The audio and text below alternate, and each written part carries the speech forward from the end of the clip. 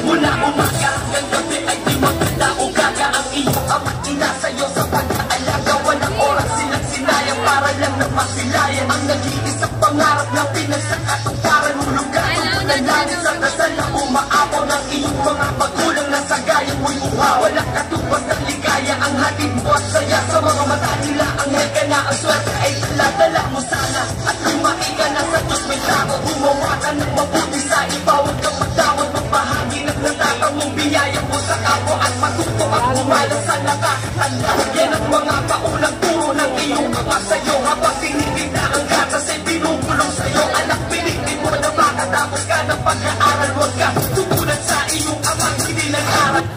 Ay, malaki ka na, ang nais mo'y maging malaki. Simula na umidad ako ng 18, hindi ko alam saan ba ako didiretso. Ang dami ng gumugulo, sobrang dami gumugulong. Natikman ko tuloy pati bato na gumugulong. Sa sobrang lulong, aking magulang na mumura. Tingin na lang nila tuloy sa akin isang basura. Wala na ang tiwala na dating buong-buo. Kaya tanong ko sa sarili ko, bakit nagkagamot? Ina, nagsimula lahat sa isang iyak. Isang iyak na nagdulot ng saya sa isang babaeng may walang hanggang pagmamahal. Sa bawat 23 milyong segundo ng pagtitiis, 400,000 minuto ng pagsasakripisyo, 7,000 oras ng pagpapakahirap, at 273 araw ng pagbubuhay.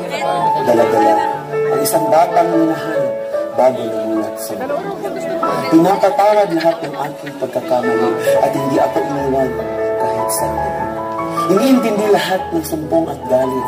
Naging matatag kahit ang puso'y mapunit. Siya ang nagbigay sa aking buhay, ang aking katuwang sa buhay, ang nagbibigay kulay ng aking buhay.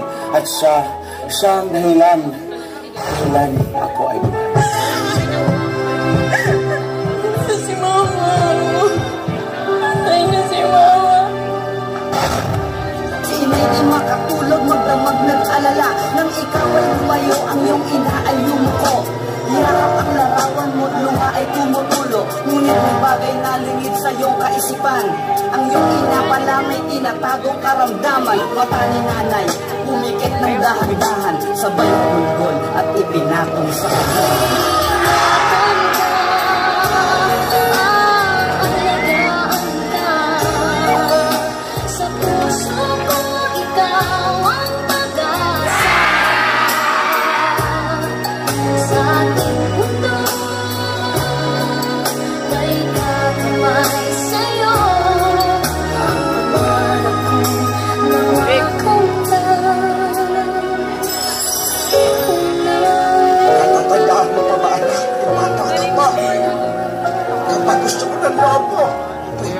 Ulit mong sasabihin niya.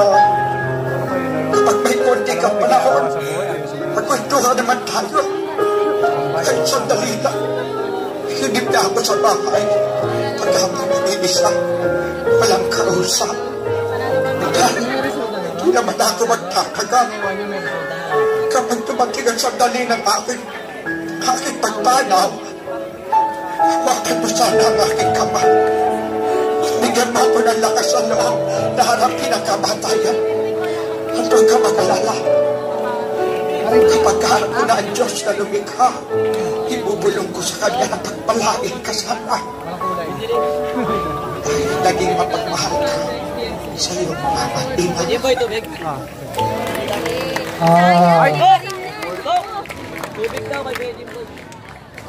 Mabalik yan. Babalik yan.